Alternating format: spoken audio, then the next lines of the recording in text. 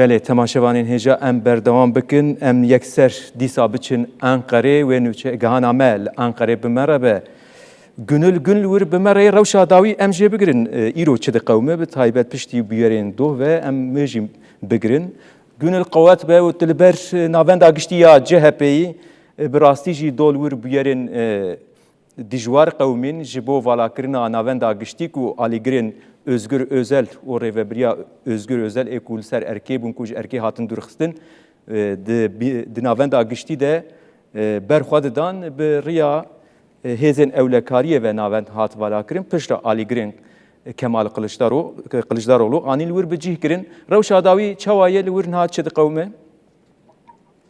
Dembaş بله وقت جیگو دو لبر آلوزی و گنگشیک مزنه بو و گلک تش رودان از نه لبر آوای گشته جهفه ما آرامی و بدنگی هیه ام دکارم بیشن لیدی سرجی پلیس لدر دور آماده و حاضره وکه ام روژه وید شوپین رو دبینن کو و پشت بریارا دادگاهی و دستردان آواهی جهفه و اریشن پلیسان روژه وکی گرم هم جهفه هم سیاست ترکیه چکر evyak hinci de siyaseti de gelek aliyamat akaftin. Ligore hen iddiayan agahiyan Kemal Kılıçdaroğlu ve işte cejne vere navende giştiya CHP. Her vusate iddia kirin ku işte ku Kılıçdaroğlu hat serkar ve hem kesin CHP jikar dur bakhe. Vakiden dem partici ve iro serdana CHP bike ligore agahiyan ligore daxuyaniya dem parti ve îro yekun nîvada li parlamentoya Tirkiyeyê dibin serokatiya hevserokê demê Tuncer Bakırhan û şandeya pêra wê serdana CHP bike û Özgür Özel ra hevdîtinan pêk bîne. Belê. Li gel navendê ketin û derketina navendê çawa yani ji derve hûn çawa dibînin li wir dîsa hêzên ewlekariyê hînî xwe bi cih kirinin?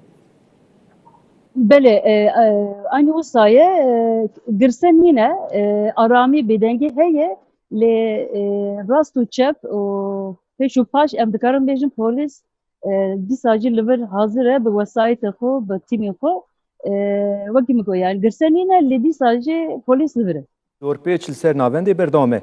Alîgirên Kemal Kılıçdaroğlu dibêjin derbasî navendê bûne xwe li wir bi cih kirine.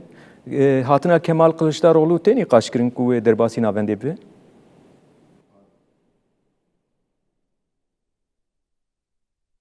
Belê. tek yapı nişan didin hem bir riya medya civaki hem rubru le bendine kut pişece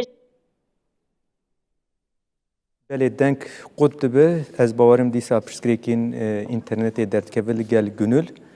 Gönül dengê me dibihîzî gotinê tê dawî em bigirin. bele denge tetemi Keremke. dubare bikim. Yani naha lever ligore agahiyan Kemal Kılıçdaroğlu ve peşte cejine derbası navanda gişte ya CHP be. Le helbet do lever aliyen aligirin Kemal Kılıçdaroğlu hatubun evna jehneki wan rast erişan cihatın. Belê.